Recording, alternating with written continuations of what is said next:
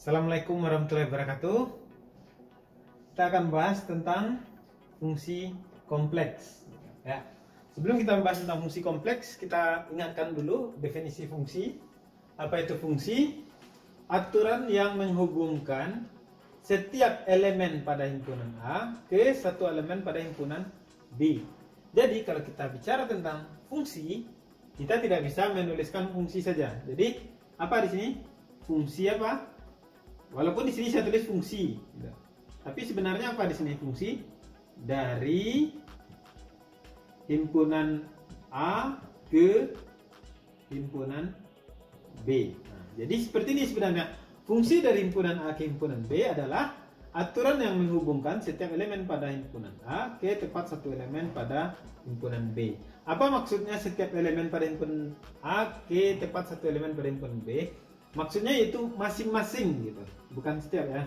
Jadi di setiap di sini artinya yaitu masing-masing. Masing-masing elemen pada himpunan A ke tepat satu elemen pada himpunan B. Jadi kalau kita punya dua himpunan, ada himpunan A, ada himpunan B.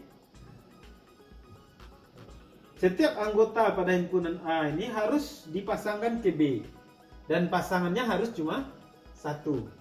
Gitu. Jadi setiap anggota A harus dipasangkan ke B. Jadi yang ini harus semuanya, harus cari teman di sini, harus cari teman. Dan temannya itu tepat satu. Gitu. Nggak boleh ada temannya yang lebih dari satu. Gitu. Tapi yang di B kan tidak dipermasalahkan, yang di B mau satu, mau semuanya ke satu aja boleh ya. Yang tidak boleh itu tidak ada temannya di B, berarti B-nya tidak boleh kosong. Gitu.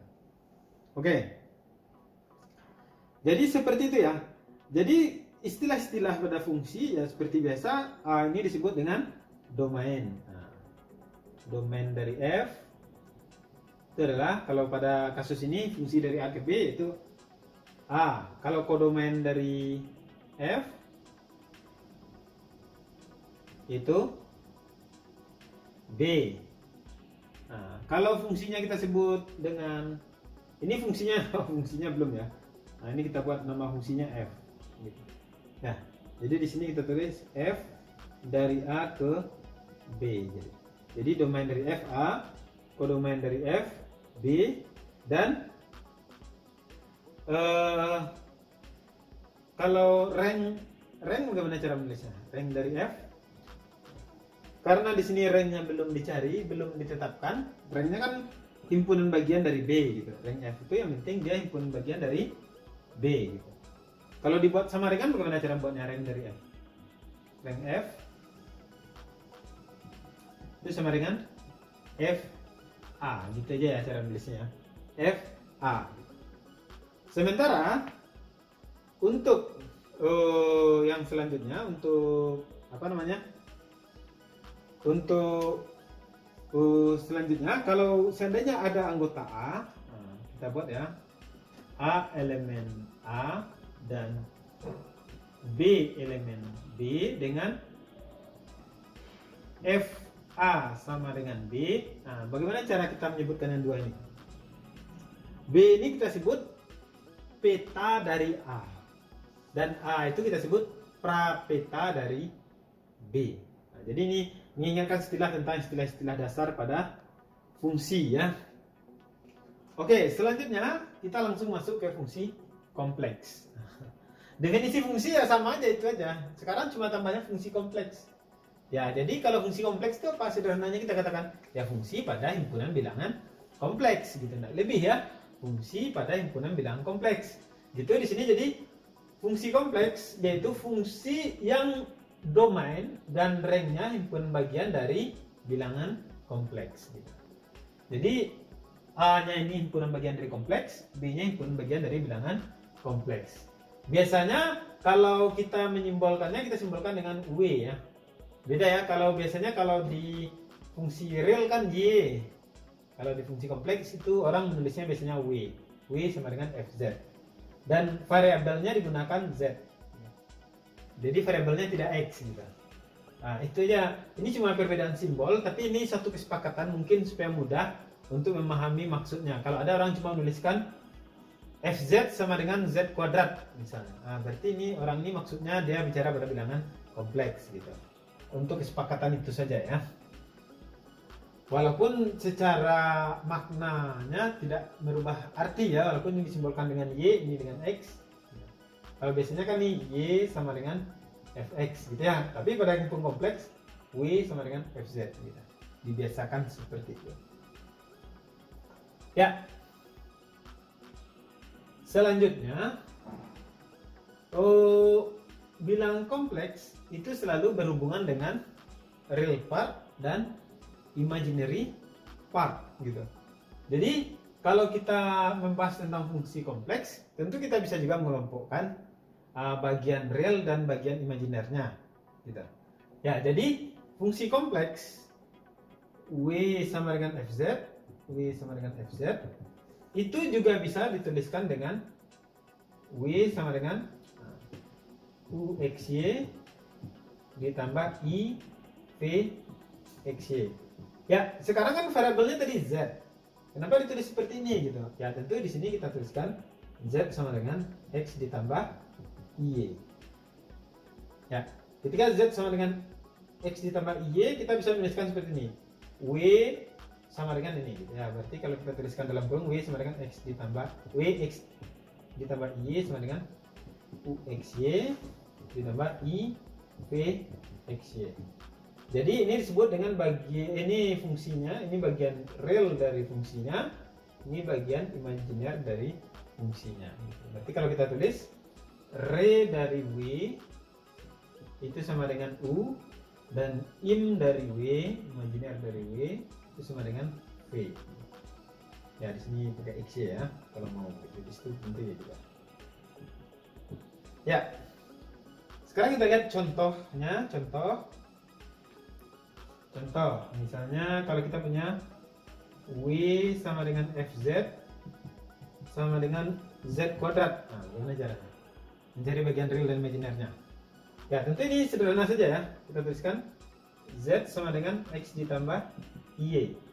Berarti kita punya W sama dengan X ditambah Y dikuadratkan. Nah, ini udah well known ya, udah biasa ya kita proses ya. Ini hasilnya X kuadrat dikurang Y kuadrat ditambah I 2I XY 2I XY. Nah, berarti kalau kita lihat di sini, berarti kalau kita lihat dari contoh ini, berarti kita punya re dari W nya di sini sama dengan X kuadrat ditambah Y kuadrat. Ini bagian yang tidak ada I nya. Sementara bagian imajiner dari W itu sama dengan 2XY. Jadi seperti itu. Setiap fungsi bisa kita bolak-balik ya. Jadi kalau dalam Z bisa macam-macam tampilan, dalam XY juga ada tampilannya. Misalnya bisa juga kita buat W sama dengan Z kuadrat ditambah Z ditambah re Z. Nah, gitu. Z ditambah re Z.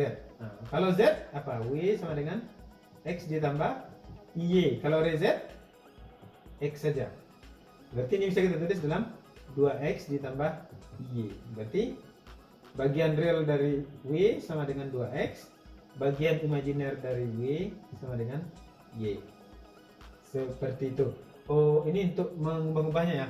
Karena kenapa kita perlu penyajian UXY ditambah IVXY? Ya. Karena kadang-kala satu fungsi itu kadang tidak bisa kita tuliskan dalam bentuk FZ gitu. Jadi harus kita sajikan dalam WXY gitu. Dan ini dalam penggambaran kurvanya, kalau kita tulis dalam bentuk UXY ditambah IVXY itu juga lebih nampak karena kita akan gambarnya pada bidang argan. Ya, kita akan gambarnya pada bidang argan gitu. Jadi lebih nampak seperti ini gitu. Kadang-kala ya. Ya. Jadi kalau kita gambarkan secara fungsi, kalau di bidang argan bagaimana fungsi kompleks? Nah, berarti tidak bisa satu buah gambar ya, harus dua buah gambar. Ini misalnya himpunan A, ini himpunan B. Kita memetakan titik di himpunan A ke titik di himpunan B. Jadi tidak seperti di fungsi bilang real. Kalau fungsi bilang real kan biasanya kalau fungsi dua variabel itu kan satu titik ke atas kita petakan gitu, atau bagaimana gitu. Ini lebih mirip ke fungsi vektor. Ya, kita lihat bentuk eksponen dan fungsi kompleks gitu. Bagaimana bentuk eksponen hubungannya dengan fungsi kompleks. Sebenarnya sini cuma penyajian fungsi kompleks dalam bentuk eksponen gitu. Bentuk eksponen juga berhubungan dengan bentuk polar. Karena kita punya Z sama dengan REI theta, yang bisa juga kita tulis dalam bentuk polar sebagai R dalam kurung cos theta ditambah I sin theta. Oke. Jadi kalau kita hubungkan pula ini dengan bentuk X ditambah Y, kalau Z-nya kita tulis dalam bentuk X tambah Y, apa hubungan antara X dan R dan theta gitu ya? Itu di sini seperti yang bisa, berarti R-nya sama dengan akar dari X kuadrat ditambah Y kuadrat. Sementara theta-nya sama dengan arcus tan inverse dari Y per X. Yang kita ambil tentu argumen utamanya sesuai dengan koordinat X dan Y. Apa akibat dari bentuk ini? Ya, karena E pangkat I theta itu pemangkatan, berarti berlaku sifat-sifat pemangkatan ya. Ya, oke. Jadi dari sini kita bisa punya, kalau kita tuliskan fungsi eksponen Fz sama dengan I pangkat Z, ini bisa kita tulis sebagai Fz sama dengan I pangkat X ditambah IY. Kita tuliskan dalam bentuk X tambah IY Z-nya. Gitu. Berarti ini bisa kita tulis sebagai E pangkat X dikali E pangkat IY. E pangkat IY itu jabarnya, yang ini kan jabarnya cuma yang ini gitu ya. Oke, ini bisa kita tulis sebagai E pangkat X dalam kurung cos Y ditambah I sin Y. Jadi apa yang terjadi di sini? Ternyata kalau Fz dipetakan oleh E pangkat Z, ternyata bagian Y-nya ini jadi argumen gitu. Sementara bagian X-nya E pangkat X menjadi modulus gitu. Ya.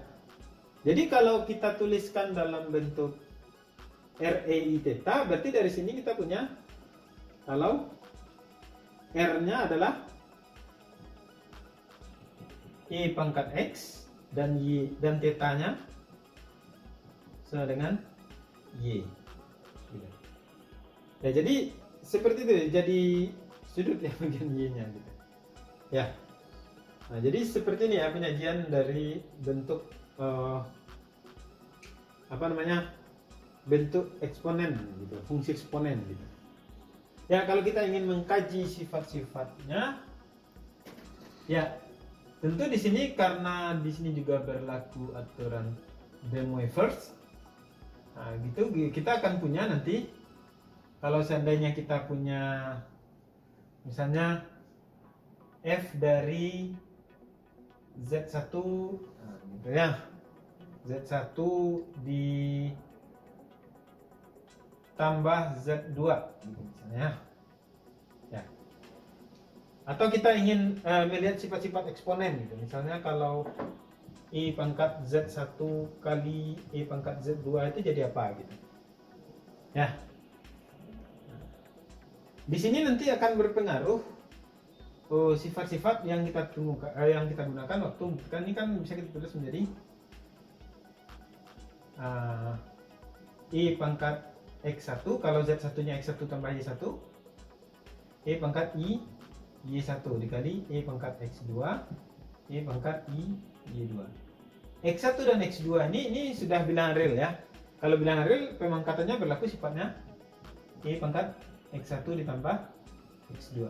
Sementara E pangkat Y1 dikali E pangkat Y2. Nah, ini pada waktu kita membahas tentang sifat polar dari bilangan kompleks, ini boleh dijumlah X tambah Y1 tambah Y2 nya ya. Argumennya menjadi Y1 tambah Y2 gitu. Ya, ingat ya, argumen dari perkalian ini gitu. Ya. Jadi di sini diperoleh E pangkat X1 ditambah X2 dikali E pangkat Y1 tambah Y2.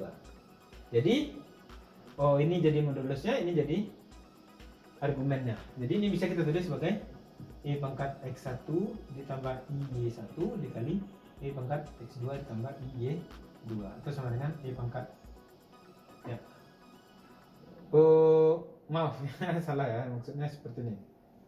Maksudnya ini bisa ditulis ditambah I pangkat X2 ditambah IY2. Nah, ini bisa sama dengan E pangkat Z1 dikali ditambah Z2. Jadi kita aturan perkalian biasa berlaku di sini ya, aturan binario gitu. Seperti itu maksudnya. Ya juga bisa dibuktikan untuk pemangkatan gitu dan lain-lain. Ya selanjutnya kita bahas bagaimana kalau bentuk eksponen ini kita tuliskan dalam bentuk polar. Gitu. Fungsi kompleks ini kita tuliskan dalam bentuk polar langsung. IR theta ditambah IVR theta. Jadi di sini maksudnya kita langsung menggunakan variabelnya R dan theta. Gitu. Ini lebih umum juga, bentuknya lebih umum juga. Gitu. Contohnya kalau kita punya Fz yang sama dengan Z kuadrat, bagaimana cara menulisnya ke bentuk eksponen, ke bentuk R theta. Gitu. Nah, kita tahu ini bisa kita tulis Z itu apa bentuknya? R dalam kurung cos theta ditambah I sin theta. Itu ya. Nah, ini sama dengan R kuadrat dalam kurung cos theta ditambah I sin theta kuadrat. Karena kita tahu tentang aturan De Moivre's, ini bisa kita tulis menjadi R kuadrat dalam kurung cos 2 theta ditambah I sin 2 I sin 2 theta. Berarti kita punya UR theta nya adalah R kuadrat cos 2 theta ditambah I R kuadrat sin 2 theta. Jadi ini menjadi UR theta, ini menjadi V R theta. Seperti itu saja ya. Ya, oke. Jadi untuk sekadar pengenalan dari fungsi kompleks, saya rasa sudah cukup. Kita cukupkan sampai di sini. Terima kasih atas perhatian. Assalamualaikum warahmatullahi wabarakatuh.